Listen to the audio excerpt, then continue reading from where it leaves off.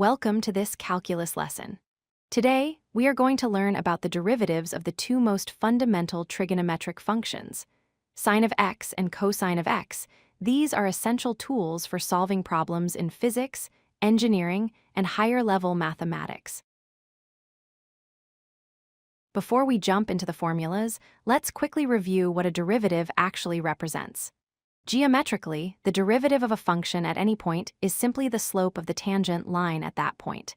If the slope is positive, the function is increasing. If it is negative, the function is decreasing. If the slope is 0, the function is momentarily flat. Let's start by looking at the graph of the function sine of x. Here you see the standard wave pattern. It starts at 0, goes up to 1 at pi over 2, back to 0 at pi, and down to -1 at 3 pi over 2. We want to find a new function that describes the slope of this curve at every single point. Look closely at the origin, where x equals 0. The sine graph passes through the origin and is rising. If we draw a tangent line here, it has a slope of exactly 1. Keep that number in mind. At x equals 0, the slope is 1. Now look at the peak of the wave, at x equals pi over 2. At the very top of the hill, the graph flattens out momentarily before turning back down. The tangent line here is horizontal, meaning the slope is 0. So, at x equals pi over 2, our derivative must be 0. If we were to map out the slope values for every point on the sine curve, we would get a familiar shape. The values start at 1, go to 0, go to -1, and back to 0. This is exactly the behavior of the cosine function. Therefore, the derivative of sine of x is simply cosine of x. Now let's apply the same logic to the cosine function. Here is the graph of cosine of x. It starts at a maximum value of 1 at x equals 0. Just like before, we want to see how the slope of this graph changes as we move along the x-axis. At the start, the graph is flat at the peak, so the slope is 0. But look at pi over 2.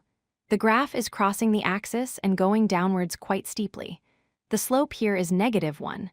This is interesting because the sine of pi over 2 is +1. The slope is the opposite of the sine value. This leads us to our second major rule. The derivative of cosine of x is negative sine of x. It is very important to remember that negative sign.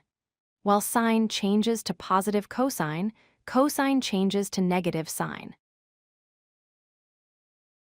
A helpful way to remember these rules is the derivative cycle. Starting at the top with sine, taking the derivative moves you clockwise to cosine. Taking the derivative of cosine moves you to negative sine.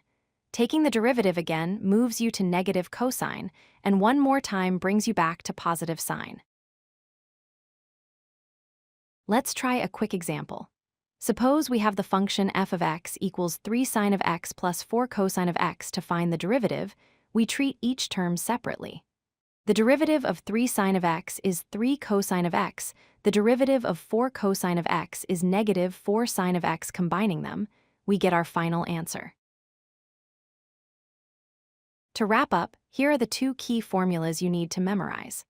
The derivative of sine of x is cosine of x, and the derivative of cosine of x is negative sine of x. Master these two, and you will be ready for more complex calculus problems involving chain rule and integration. If you like this video, hit that like button and don't forget to subscribe. Visit codelucky.com for more such useful content.